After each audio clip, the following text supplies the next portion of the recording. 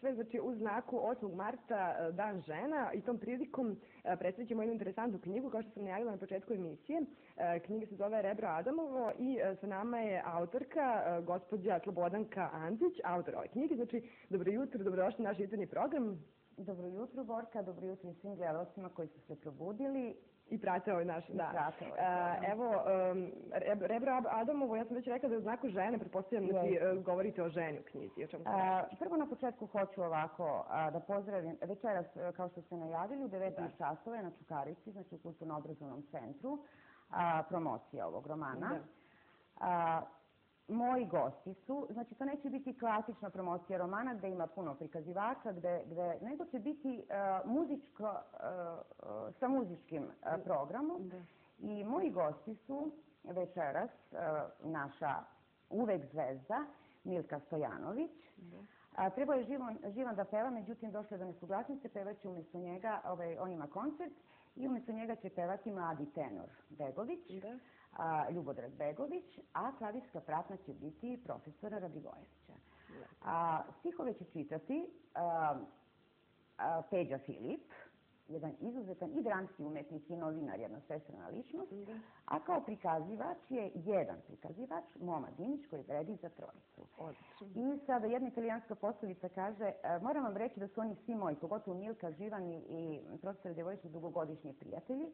Jedna italijanska glavna radnja, u stvari ovo je put glavne junakinje kroz Italiju, i onda ću reći jednu poslovicu italijansku, gde kaže ti trova un amico, trova un tesoro. Koji je našao prijatelja, našao je blago. Znači ja sam vrlo bogata žena, jer imam divne prijatelje.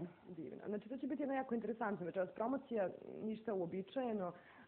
Biće interesantno da će biti jedan prikazivač, bit će Moma Dinić, onda će Peđa čitati stihove, ja ću naravno pozdraviti gosti, nešto reći i onda će biti naravno, pošto je Italija majka operske kulture i kod njih je tradicija slušanja opere, a glavna radnja, u stvari to je put glavne junakinje kroz Italiju, onda će naravno biti i operske arije, tako da će gledalcima, mislim i mojim posetiocima, čitaocima biti interesantno, zabavno. Znači nećete se dosazivati iz Bolice. A recite mi, kada ste pisali ovu knjigu, da li je to zasnovano na nekim istinitim događajima ili je to od vaše mašte? Jeste. Glavna junakinja je živa i svi junaci koji su u knjizi, oni su živi. I koji, naravno, imena nisu ista. Međutim, oni mogu, svako može sebe da prepozna. A ovo što je interesantno za ovu knjigu, ne samo da je po istinitom događaju, nego je ovo obrađena jedna tema koju mi u posljednje vreme vrlo često zaobilazimo. Mi sve idemo za nekom modom i sve što je imitacija nečega, neke zapadne kulture ili ovoga ili onoga,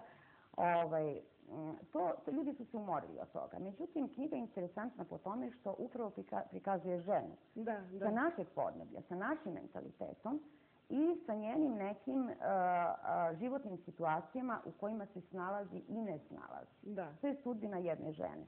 Pored nje, tu su sudbine i drugih žena. Samo moram da umirim muškarce da ova knjiga nije antimuška. Naprotiv, svejedno šta je preživjela glavna junakinja, ona vrlo lepo mišljenje ima o muškarcima. Znači nije antimuška, ništa nije. Upravo sam to htjela da vas pitam kada pričamo o ženi. Da li je neophodno biti žena da bi se takve stvari mogle napisati, da tako kažem, ili jednostavno i muškarci mogu da razumeju to što ste vi pisali? Mislim, jer nije isključivo usmerena na ženu i njena razmišljenja. Da vam kažem, žene je vrlo emotivno doživljavaju i po prvim reakcijama.